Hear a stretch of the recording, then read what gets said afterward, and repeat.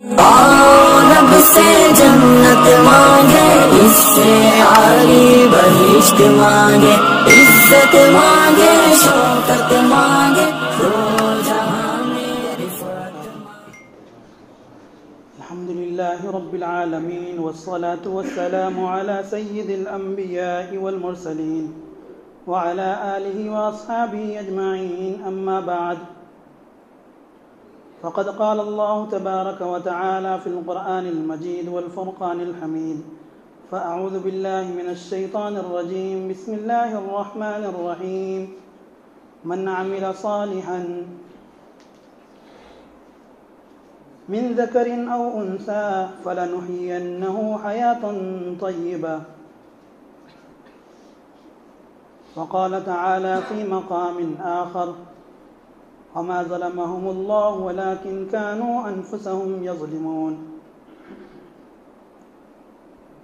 وقال تعالى في مقام آخر: ومن يتعد حدود الله فأولئك هم الظالمون. وقال النبي صلى الله عليه وسلم: اتق دعوة المظلوم.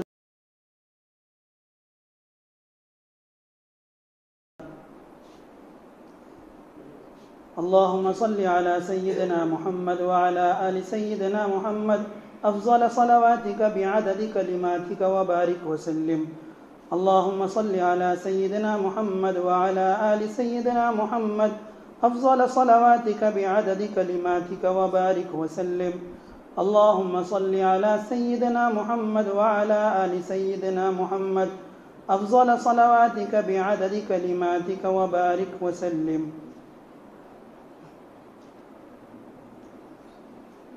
اللہ تبارک و تعالی کی کتاب جو ہمارے لیے راہ ہدایت ہے، ہمارے لیے رہنمائی کا سامان ہے، اللہ تبارک و تعالی نے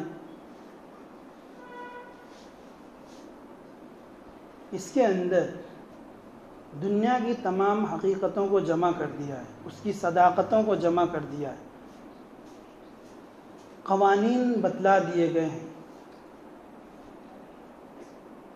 الٹیمیٹ ریئلٹیز دا یونیورس کو اکٹھا کر دیا ہے اس کے اندر پروردگار نے، تمام صداقتوں کو۔ انہی صداقتوں میں سے ایک صداقت یہ ہے، پروردگار نے فرمایا کہ من عمل صالحا من ذکر او انثى، کہ جو بھی مرد ہو یا عورت نیک اعمال کریں گے، فلنحینہ حیاۃ طیبہ، تو ہم انہیں پاکیزہ زندگی عطا کریں گے، سلامتی والی زندگی عطا کریں گے، وَلَنَجْزِيَنَّهُمْ أَجْرَهُمْ بِأَحْسَنِ مَا كَانُوا يَعْمَلُونَ، اور ان کو جو بدلہ دیں گے، بہترین بدلہ دیں گے اس چیز کے عوض میں جو انہوں نے نیک اعمال کر رکھے ہیں۔ اور یہاں نجزینہم تاکید کا صیغہ استعمال کیا کہ ضرور بھی ضرور، ایک تو اللہ کا کلام، اوپر سے تاکید۔ تو اللہ تبارک و تعالیٰ نے اس آیت کے اندر ایک ترتیب کو بتلائی ہے، اسی ترتیب کو، جس ترتیب کو ہم نے الٹا کر دیا ہوا ہے۔ آپ اس کے اندر غور کریں گے، اسی ایک چھوٹی آیت من عمل صالحا من ذکر او انثى فلنحینہ حیاۃ طیبہ، اللہ نے ایک ترتیب بتلائی ہے، قانون بتلایا ہے کہ جو بھی نیک عمل کرے گا، خواہ عورت ہو یا مرد، ہم انہیں جو ہے خوشگوار زندگی عطا کریں گے، سکون اور اطمینان والی، راحت والی زندگی عطا کریں گے۔ دیکھیے پروردگار نے اس آیت کے اندر عمل صالح کو، نیک اعمال کو، دوسرے لفظوں میں ہمارے سدھرنے کو پہلے بیان کیا ہے، اس کے بعد وعدہ کیا، یعنی اگر تم یہ کرو گے، نیک اعمال کرو گے، نیک بنو گے، تو تمہیں جو ہے خوشگوار زندگی، پاکیزہ زندگی عطا کریں گے۔ لیکن ہم جو ہے اسی بہکاوے میں رہتے ہیں، شیطان کے، نفس کے دھوکے میں رہتے ہیں۔ کیا چل رہا؟ کہ مت دکھ رہے نہیں آج کل مسجد میں، وہ ذرا یہ کام نکل گیا نا شروع کرتا ہوں، ذرا یہ ایک مسئلے میں پھنسے ہوا ہوں شروع کروں گا پھر مسجد آنا، نمازیں نہیں ہو رہی ہیں، ارے ذرا یہ کام پڑ گیا ہوا ہے، بچے ہیں، یہ گھر میں ہے، کام ہے، آفس کا ذرا بوجھ ہے، اسی لیے جو ہے نمازیں نہیں ہو رہی، یہ کام ختم ہونے کے بعد میں یہ کام کروں گا۔ یعنی پروردگار نے جو ترتیب بتلائی ہے اس کی بالکل ہم نے اپوزٹ کر دیا ہے، اس کے بالکل برعکس کر دیا ہے، الٹا کر دیا، ہمیں ترتیب کو ہی ہم نے الٹ دیا ہے۔ آپ نے دیکھا ہوگا کہ ایک کسان یا پھر ہم یہ سامنے ہمارے شعیب بھائی وغیرہ نے بیج ڈالا ہوا ہے، اسی پہ غور کر لیجئے، بیج ڈالا پہلے، پھر اس میں ایک کوپل سی آئی، پھر وہ ذرا بڑا ہوا، پھر اس میں پتے آئے، پھر پھول، اور اس کے بعد لوکی آنے شروع ہوئے پھول کے اندر ہی۔ یہ ترتیب ہے اللہ تبارک و تعالیٰ کی۔ اب اگر کوئی یہ شخص یہ چاہتا ہے کہ ہم ڈالیں اور سیدھے سے لوکی آ جانا، کدو آ جانا، یہ ترتیب کے تو خلاف ہے نا، فطرت کے خلاف چیزیں ہیں یہ۔ تو پھر جب ہم نیک عمل کر ہی نہیں رہے تو حالات کیسے استوار ہوں گے، درست کیسے ہوں گے؟ پھر دوسرے لفظوں میں ہم کہہ لیں کہ اگر کسی نے شادی ہی نہیں کی اور کہہ رہا ہمیں اولاد چاہیے، شادی ہی نہیں کی اولاد چاہیے، گویا یوں ہی کہہ رہا ہے انسان، ایک مسلمان، نیک عمل نہیں، میرے حالات درست چاہیے۔ لیکن پروردگار کیا کہہ رہا ہے؟ پہلے نیک عمل، اس کے بعد آپ کے حالات درست ہوں گے۔ اللہ تبارک و تعالیٰ نے قرآن کریم میں حضرت یوسف کا واقعہ تفصیل سے بیان کیا۔ وہاں بھی دیکھیے، پہلے عمل پھر بادشاہ بنائے جاتے ہیں، لمبا واقعہ اس میں جانے کی ضرورت نہیں ہے۔ پہلے عمل یعنی پہلے آپ عمل کو ٹھیک کیجئے، آپ کے حالات خود بخود درست ہو جائیں گے۔ آپ نیک اعمال شروع کیجئے، آپ کے حالات درست ہونے شروع ہو جائیں گے۔ ترتیب کے الٹ نہیں ہو سکتا ہے کبھی۔ دیکھیے یوسف علیہ السلام پہلے وَلَمَّا بَلَغَ أَشُدَّهُ آتَيْنَاهُ حُكْمًا وَعِلْمًا، جب وہ ذرہ بڑے ہوئے، پہلے تو بیچے گئے، پھر وہاں جو ہے غلام بن کر کے، وہیں پر تو آیا ہوا ہے اللہ تبارک و تعالیٰ نے، وہیں پر جب ان لوگوں نے ڈول کو ڈالا کنویں کے اندر تو کہا کہ ہاذا غلام، یہ تو بچہ ہے، تو غلام بنائے گئے۔ ایک نوکر ہوتا ہے، جیسے ہم اور آپ سب نوکر ہیں کہ ہم کو تنخواہیں ملتی ہیں، نوکر اس کو بولتے ہیں جن کو تنخواہیں ملتی ہیں، لیکن غلام وہ ہوتا ہے کہ خود جو محنت کر رہا ہے اس پر بھی اس کا حق نہیں، اس کے آقا کا حق۔ اسی لیے ہمیں قرآن کریم میں کہا گیا وَعِبَادُ الرَّحْمَنِ الَّذِينَ يَمْشُونَ عَلَى الْأَرْضِ هَوْنًا، رحمان کے جو غلام ہیں نا وہ زمین پر عاجزی کے ساتھ چلتے ہیں۔ غلام کہا گیا بھائی ہمیں، نوکر نہیں کہ تنخواہیں ملیں گی، وہ تو دے رہا ہے تو وہ اس کا فضل ہے، اس کی عطا ہے، اس کی بخشش ہے، ورنہ ہم تو نوکر ہیں بھائی اس کے۔ تو یوسف علیہ السلام بھی نوکر بنائے جاتے ہیں، نوکر نہیں سوری غلام بنائے جاتے ہیں، کوئی تنخواہ نہیں، صبر کرتے ہیں۔ پھر ان کی آزمائش ہوتی ہے، وَلَمَّا بَلَغَ أَشُدَّهُ آتَيْنَاهُ حُكْمًا وَعِلْمًا، جب وہ تھوڑے بڑے ہوئے تو اللہ نے علم و حکمت عطا کی، یعنی والد سے انہوں نے جو سیکھا تھا اس پر عمل کرنا اسٹارٹ کیا۔ پھر اس کی بیوی نے جو ہے بہکایا، لیکن اس امتحان میں بھی وہ کامیاب اترے، تو پھر بادشاہ کو ایک جگہ معذرت کرنی پڑی، یوسف اعرض عن ھذا، یوسف اس معاملے کو چھوڑو، رفع دفع کرو، ہارون ہم سیٹلمنٹ کر لیتے ہیں، کیونکہ خواب کی تعبیر انہوں نے بتلایا تھا۔ پھر بادشاہ کے دل میں بات آتی، پھر جیل بھیج دیے جاتے ہیں، ناکردہ گناہ کی سزا، کیا بھی نہیں اور جیل، 9 سال جیل میں رہتے۔ پھر وہاں سے آتے ہیں، جو خواب ہے لمبا واقعہ، اس کے بعد پھر آتے ہیں، انہوں خواب کی تعبیر بھائی 7 سال قحط سالی ہوگی، تم ذرا بچا کے رکھنا، بعد میں لوگ بھوکے نہ مرے۔ درباریوں میں تو کسی کو پتہ نہیں تھا خواب کی تعبیر کیا ہے، تو جو ہے نا بادشاہ کے دل کو یہ بات لگی، نہیں یہ بندہ پہنچا ہوا ہے. انہوں نے ان کو فائنانس منسٹر بنا دیا. نرملا سیتا رمن, ہم تو وہ کھاتے ہی نہیں, دال مہنگی ہم وہ کھاتے ہی نہیں, یعنی آپ نہیں کھا رہے تو دوسرے بھی چھوڑ دیں. خیر, تو ان کو بنا دیا. لیکن آہستہ آہستہ دیکھیے پھر اللہ تبارک و تعالیٰ بادشاہ کے دل میں بات ڈالتی, پھر وہ بادشاہ بنا دیے جاتے. ایک وہ جگہ جہاں نہ کوئی رشتہ داری ہے, نہ دوست ہے, نہ پہچان والے ہے, نہ قرابت دار ہے, کوئی نہیں ہے. پروردگار وہاں جو ہے چمکا رہا ہے. کس بات کو, کس وجہ سے؟ انہوں نے والد سے جو سیکھا تھا اس پر عمل کیا تو فَلَنُحْيِيَنَّهُ حَيَاةً طَيِّبَةً, ہم نے ان کو جو ہے پاکیزہ زندگی عطا کرنی ہے, ان کو عطا کر دیا. تو پہلے ہم اعمال کو سنواریں, پھر ہمارے حالات سنور جائیں گے. ہم روز آفس سے نکلتے ہیں, آج یہ کام ہو گیا نا, یہ آبجیکٹو جو ہے ہمارا کمپلیٹ ہو گیا نا, یہ مقصد مکمل ہو گیا نا, ہم نماز شروع کریں گے. غلط ہے بھائی, پہلے آپ نے ایک عمل کیجیے. الٹی گنگا نہیں بہانا ہے. اللہ تبارک و تعالی, یہ بھی ایک طرح کا ظلم ہے, یہ بھی ایک طرح کا اپنے آپ پر ظلم ہے. پروردگار نے قرآن کریم میں کئی طرح کے ظلم کو شمار کیا ہے. اسی میں سے ہے وَمَن يَتَعَدَّ حُدُودَ اللَّهِ, کہ جو اللہ کی مقرر کردہ حدود کو, قانون کو, طریقے کو, سنت کو پار کرے گا, تجاوز کرے گا, فقط ظلم نفسہ, تو وہ خود اپنے آپ پر ظلم کر رہا ہے. خود اپنے آپ پر, ہم نے یہ ترتیب پلٹ دی ہے, ہم اپنے آپ پر ظلم کر رہے ہیں.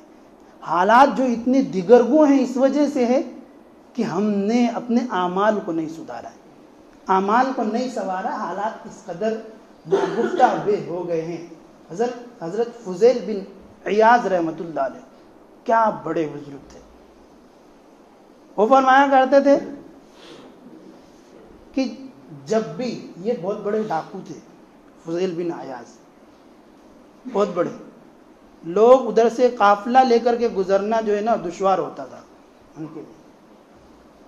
بولتے تھے نہیں, ادھر فضیل جو ہے نا ڈاکو ادھر ہے, ادھر نہیں جانا. تو ایک مرتبہ ایک قافلہ جا رہا تھا, اس نے کہ یہ ذرا جو ہے تھوڑا اللہ سے ڈرتا بھی ہے, تو چلو ایک قاری کو لے کے جاتے ہیں, بہترین خوش الحان قاری, جن کی آواز اچھی ہو, قرآن پڑھے تو لگے کہ کچھ عبادت ہو رہی ہے, یہ نہیں کہ دھکے مارے جا رہے. ٹھیک ہے, وہاں سے جب وہ قافلہ پڑاؤ ڈالا تو قافلے والوں کو ان کے لوگوں نے لوٹ لیا. جب یہ لوٹ رہے تھے تبھی قاری صاحب جو تلاوت کر رہے تھے سورہ نحل کی آیت نمبر 14, الم یعن للذین آمنوا ان تخشع قلوبهم لذکر اللہ, کیا وہ وقت نہیں آیا ہے کہ مومنین کے قلوب اللہ کے ذکر کے وقت, اللہ کی یاد کے وقت, تلاوت کے وقت نرم پڑ جائیں. گھر بھاگے ہوئے آئے, اور بھی بہت سارا بھاگے گھر آئے جب ہدایت ملی. یہ کہتے بھی تھے کہ مجھے بادشاہ کے پاس لے چلو, میں توبہ کرتا ہوں, جو بھی سزا ہوگی میں سہنے کو تیار ہوں. اہلیہ ڈری ہوئی ہیں, گھر پہ آئے تو کرا رہے تھے, وہ کرانا نہیں. وہ لمبا واقعہ بادشاہ کے پاس کیا ہوا. جب گھر لوٹے تو اہلیہ نے پوچھا کہاں پہ زخم لگا ہے؟ انہوں نے بولا یہاں, دل پہ لگا ہے. کہاں زخم لگا ہے؟ جو دل ہمارا آج جو ہے نا سن ہو گیا ہے, شل ہو گیا ہے, ساکت ہو گیا ہے, جامد ہو گیا ہوا ہے, بیٹھ گیا ہوا ہے, کوئی بات اثر ہی نہیں کرتی ہے. حضرت فضیل بن عیاض نے کہا یہاں لگا ہے. پھر یہ ایسا سدھرے کہ جو ان کا زمانہ جو لوٹ مار کا تھا اس میں سارے جو ہے قافلے والے بچنے کے لیے جو ہے نا بھاگے. ایک بندہ جو بھاگا دیکھا کہ ایک بندہ ہے جو نماز پڑھ رہا ہے, چلو اس کے پاس اگر ہم چھپا دیتے ہیں مال سیف رہے گا. ان کے پاس رکھ دیا انہوں, پھر واپس آئے دیکھا تو قافلہ لوٹ چکا تھا. جب وہ لوٹ کر کے گئے تو یہ سارے ڈاکو انہیں فضیل بن عیاض کے بعد جمع ہیں اور وہ تقسیم کر رہے ہیں. ارے اللہ کہاں دے دیا, میں تو سردار کو دے دیا. وہ آیا, کیوں آئے ہو؟ حضرت فضیل نے, وہ کیوں آئے ہو بھائی؟ میں کہا بھائی ہم وہ لینے آئے تھے آپ کے پاس. کہا کہ جہاں تو نے رکھا تھا مصلے کے نیچے وہیں سے اٹھا لے, وہیں سے اٹھا لے. گئے تو وہیں ساتھیوں نے کہا کہ آپ, بولے اس نے جو ہے نا مجھ پر بھروسہ کیا اور میں اللہ پہ بھروسہ کرتا ہوں, میں اپنے بھروسے کو نہیں توڑ سکتا. مجھ پر جو ٹرسٹ کرتے, اعتماد کرتے, بھروسہ کرتے اس پر. تو یہ تھوڑی تھوڑی جو نیکی ہوتی ہے نا, چھوٹی چھوٹی, وہ کس وقت قبول ہو جائے نہیں بول سکتے. تو جب اعمال سنوریں گے تو یہ حضرت فضیل بن عیاض جو جہاں سے بات نکلی تھی, تو وہ یہودی پھر ایک مرتبہ آیا, وہ یہودی تھا. کہا کہ میں جو ہے سب کے جتنے حقوق تھے ایک ایک کو انہوں نے لوٹایا. لوٹتے تھے نا تو سب پہ نام لکھ لیتے تھے کہاں سے ہم نے لوٹا ہے. یہ دیکھیے امانت داری. خیر, تو سب کو لوٹانا جہاں تک ہو سکا, اور ایک ایک بندے سے معافی مانگنی جب توبہ کا وقت آیا ان کا. یہودی کے پاس ہو, میں تو معاف کرنے والا نہیں ہوں, جب تک آپ یہ جو پہاڑ دکھ رہا ہے نا اس کو یہاں سے ہٹا نہ دے, معاف کرنے والا. وہ کھودنا شروع کیے. اللہ کے جو ولی ہونے والے ہوتے ہیں ان سے اللہ یہ کام کروا دیتا. چنانچہ انہوں نے کھودنا شروع کیا. کچھ دن گزرے تھے کہ ایک زور کا جو ہے ہوا کا جھٹکا آیا, اس چٹان کو وہاں سے ہٹا دیا. ان کو لگا کہ ٹھیک ہے اب تو معاف کر دو. نہیں, آپ نے ابھی میرا حق دیا ہی نہیں ہے, آپ حق دیجئے. تو انہوں نے کہا کہ ٹھیک ہے تمہارا حق, تو کیا حق؟ تم مجھے یہ تھیلی ہے, مجھے یہ سونے اور چاندی کی تھیلی چاہیے. اس کو انہوں نے اٹھا کر کے دیا کہ یہ لیجئے. انہوں نے دیکھا تو سونا اور چاندی تھا. یہودی بولا کہ میں نے اپنی کتاب میں پڑھا ہے کہ جو سچا توبہ کرنے والا ہوتا ہے اگر وہ مٹی کو بھی ہاتھ لگا دے تو وہ سونا ہے. میں نے آپ کے پاس اشرفی نہیں رکھی تھی, میں نے آپ کے پاس سونا درہم دینار نہیں رکھا تھا, میں نے مٹی کا ایک تھیلا رکھا تھا آپ کے پاس. لیکن یہ حقیقت میں یہ سونا ہے, گویا کہ آپ نے سچی توبہ کی ہے. مجھے کلمہ پڑھائیے, مجھے کلمہ پڑھائیے. یہ کب ہوتا ہے؟ جب اعمال ہمارے ٹھیک ہوں گے نا تو اس کے اثرات دوسروں پر پڑتے ہیں. ہم آتے ہیں اپنی دنیا کو بنانے کے لیے, آخرت کو خراب کر لیتے ہیں. اس میں بھی اصول ہے کہ جب آپ آخرت کو سنواریں گے تو دنیا خود بخود سنور جائے گی. حضرت خواجہ اجمیری, خواجہ معین الدین چشتی اجمیری رحمۃ اللہ علیہ, 50,000 لوگ ایک ہی مرتبہ میں اسلام قبول کیا. امی بہت خوش تھے. امی پوچھو کیا؟ بہت خوش ہے, 50,000 آج لوگوں نے اسلام قبول کیا ہے, اس لیے اللہ نے بڑا کام لیا, اس میں تیرا کوئی کمال نہیں. کیسی بات کر رہے امی؟ ہاں, اس میں تیرا کوئی کمال نہیں, کمال میرا ہے کہ میں نے تجھے کبھی بنا وضو کے دودھ نہیں پلایا. انگریز آیا, مغلیہ حکومت جب تھی تب, اجمیر شریف سارے لوگ جاتے ہیں, وہ تو گھومنے آتے. جب یہ یہاں سے واپس گیا تو اس کی گرل فرینڈ جو تھی اس نے پوچھا کہ وہاں یونیک کیا دکھا آپ کو, کیا دکھا؟ تو بولے میں نے تو دنیا میں زندہ لوگوں کو راج کرتے ہوئے, بادشاہت کرتے ہوئے دیکھا ہے, لیکن ایک قبر کے اندر لیٹا ہوا بندہ لوگوں کے دلوں پر حکومت کر رہا ہے. کیا سکھ, کیا ہندو اور کیا عیسائی, کیا کرسچن, سارے لوگ جو ہے نا ان کے اپنے جو ہے نا ان کو اپنے قلوب میں, قلب میں, دل میں جگہ دیے ہوئے. کب؟ جب ہم اپنی آخرت کو سنواریں گے حالات, ہماری دنیا سنور جائے گی. حضرت سفیان ثوری رحمۃ اللہ علیہ, ان کو جو ہے یہ بہت بڑے فقیر تھے, بہت بڑے, اور مجاہدہ بھی ان کا بہت بڑا تھا. روزانہ ایک ڈریس چینج کرتے تھے. ایک بادشاہ تھا جو ڈیلی ان کو جو ہے ایک ایک جوڑا نیا سل کے دیتا تھا, 360 دن, اور وہ ڈیلی اس کو صدقہ کر دیں. ہم اپنی الماریوں کا جائزہ لیں، کتنے ویسٹ کپڑے پڑے ہوئے ہیں، اور کتنے ہمارے سگنلوں پہ یا ادھر ادھر عورتیں جن کو کپڑے نہیں، کیوں رکھے ہوئے بھائی؟ دے دیجئے، کیوں جمع کر کے رکھے ہوئے؟ دے دیجئے۔ تو وہ روزانہ لیتے بھی تھے اور صدقہ بھی کرتے تھے۔ ان دونوں کا ہم نے واقعہ، ان کا حضرت فضیل کا اور حضرت سفیان ثوری کا، دونوں کا ملتا جلتا قول ہے کہ جب بھی میں نے اللہ کی کوئی نافرمانی کی ہے تو بیوی نے میری نافرمانی کی، کبھی میری اولاد نے میری نافرمانی کی، جب کبھی میرے گھر کے لوگوں نے میرا انسلٹ کیا تو میں غور کیا کہ مجھ سے کہیں خطا تو نہیں ہوئی، تو یقیناً خطا ہوئی ہوتی ہے، کوئی سنت چھوٹ گئی ہوتی ہے، ہم سے تو فرض چھوٹ رہے ہیں، ہماری کیا حالت ہوگی؟ ہم نے 5 نمازیں معاف کرا لی، صرف جمعہ پڑھنا ہے، اور سوچتے ہیں کہ بھائی حالات صبر ہو جائے، فلسطین جو ہے آزاد ہو جائے۔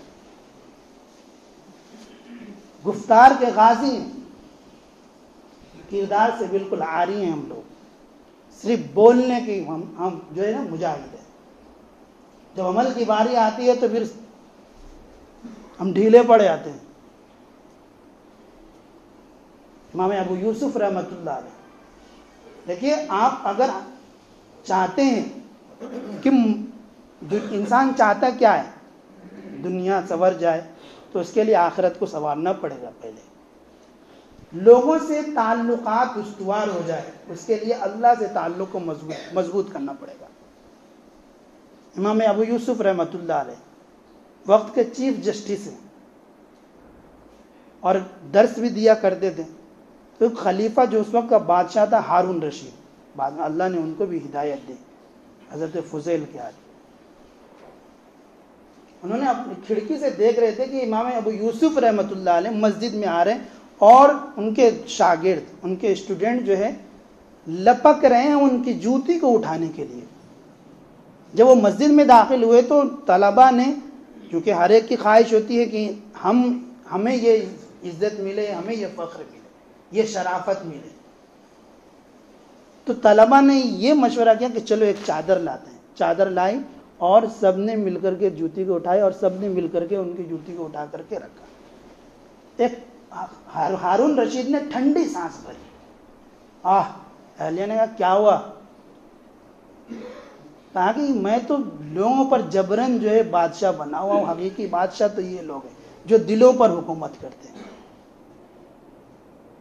تو جب دنیا آئی ان کے پاس تو دین کو نہیں بھلایا، چیف جسٹس ہوتے ہوئے ڈیلی 200 رکعتیں پڑھتے تھے، نفل کی بات کر رہا ہوں میں، فرض کی نہیں، ہم سے تو 5 فرائض نہیں ہو پاتے، اور فلسطین آزاد ہو جائے، غزہ آزاد، اللہ ان کی مدد نصرت فرمائے۔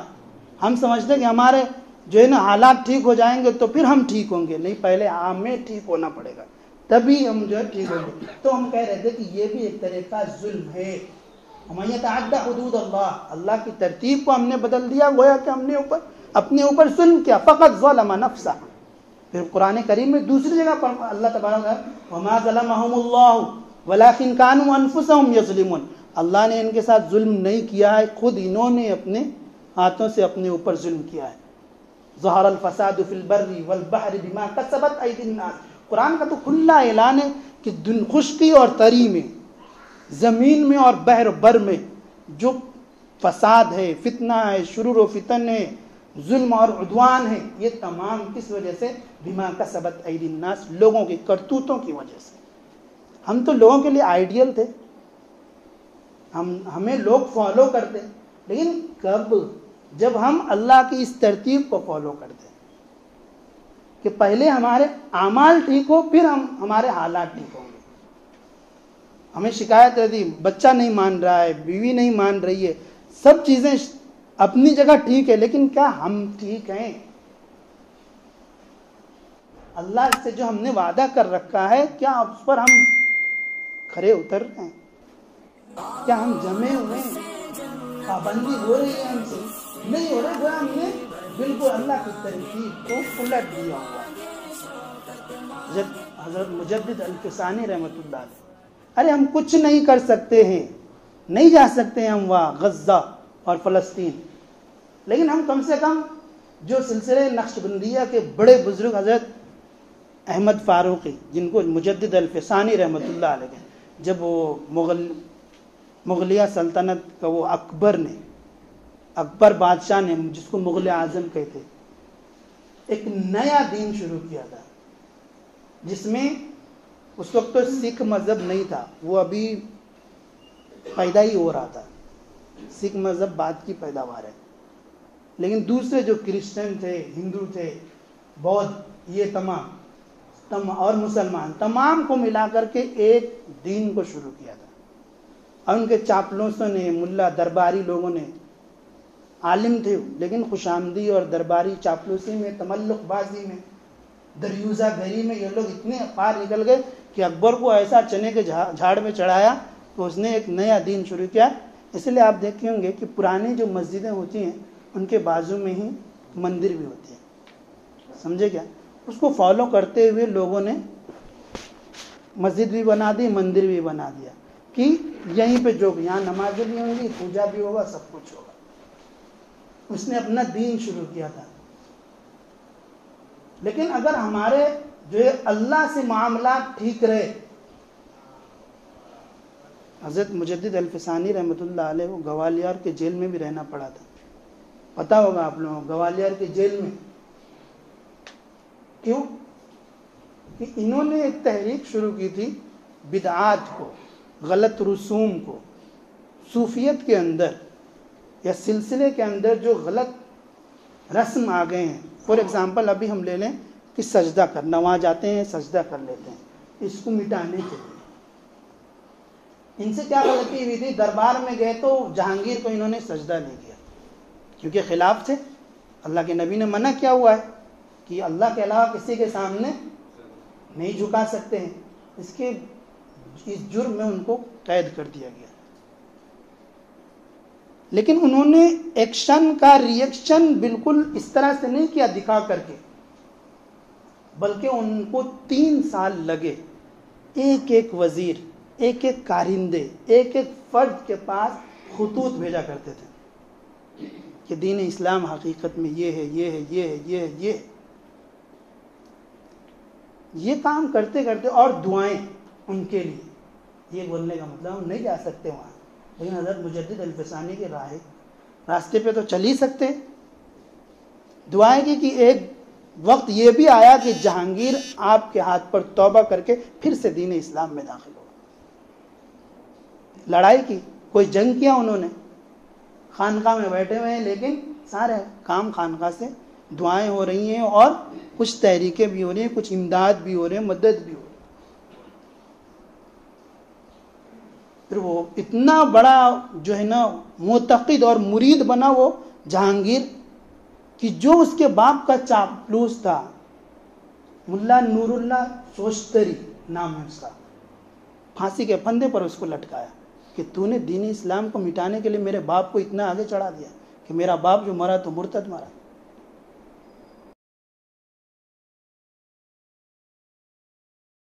تمام مومن جو ہے ایک باڈی کے مانند ہے، اگر کسی ایک باڈی کے حصے میں کانٹا چبھے تو اس کی تکلیف، اس کا درد جو ہے تمام باڈی محسوس کرتی ہے، اور ایک روایت میں ہے کہ اس درد کی وجہ سے پوری باڈی سو نہیں پاتی ہے رات کے اندر۔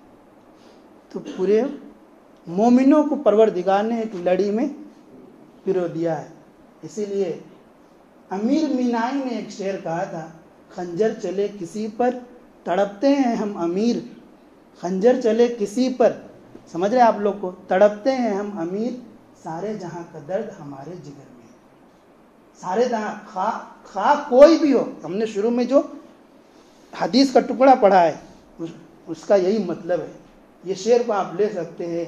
اور اللہ کے نبی نے فرمایا اتقی دعوت المظلوم، مظلوم کی دعا سے بچو، کیونکہ اس کے درمیان، یعنی اس دعا یا بد دعا آپ کہہ لیجیے کے درمیان اور اللہ کے درمیان کوئی حجاب نہیں، کوئی پردہ نہیں۔ یہ ایک روایت۔ دوسری روایت اتقی دعوت المظلوم وان کان کافرا، مظلوم کی بد دعا سے بچو خواہ وہ کافر ہی ہو، یعنی اپنے دین کا مذہب کا ماننے والا نہ ہو تب بھی ہمیں کہیں کسی کا نقصان ہو رہا ہے تو ہمیں تڑپنا چاہیے، ہمیں ان کے لیے دعائیں کرنی چاہیے، صحیح کرنی چاہیے، کوشش کرنی چاہیے۔ ہم وہاں نہیں کر سکتے، اپنے ملک میں بھی بہت سارے مظلوم ہیں، خواہ ہندو ہوں کوئی بھی ہوں، تو ہم ان کے لیے دعا بھی کریں اور ہم عملی طور پر جہاں تک ہو سکے ان کے لیے کوشش، اپنے ہی ملک میں ہو یا جو بھی راستہ بنتا ہم اس کی کوشش کریں، تب جا کر کے کیوں حال پہلے ہمارے اعمال ٹھیک ہونا۔ دیکھیے اللہ کے نبی صلی اللہ علیہ وسلم نے یہ آخری بات فرمایا کہ تم صدقہ دیا کرو، یعنی اللہ کے راستے، صدقہ کا مطلب یہ نہیں ہوتا ہے کہ وہ واجب صدقہ، یعنی اللہ کے راستے میں کوئی سا بھی مال تم دیا کرو، اس لیے کہ یہ جو صدقہ ہے اللہ کے غضب کو ٹھنڈا کرتا ہے اور بلا اور مصیبت، پریشانی، درد، آلام، بخار، بیماری سے محفوظ کرتا ہے۔ آپ صدقہ دیجئے، مظلوموں کو پیسے دیجئے، مدد کیجئے۔ اپنے ملک میں بھی ہزاروں لوگ جیلوں کے اندر بند ہیں، ناکردہ گناہ کی سزا کاٹے، ان کی مدد کیجئے۔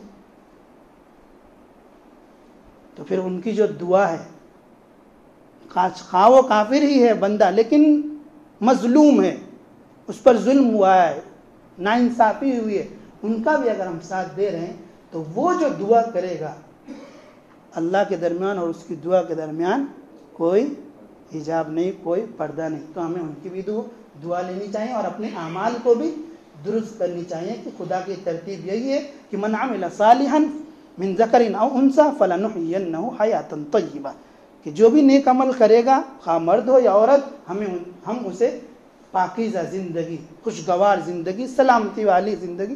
کس چیز سے سلامتی؟ بیماری سے، پریشانی سے، آلام سے، درد سے، مصیبت سے، ان تمام انہی چیزوں سے ہم جوجھ رہے ہیں، انہی چیزوں سے ہم پریشان ہیں۔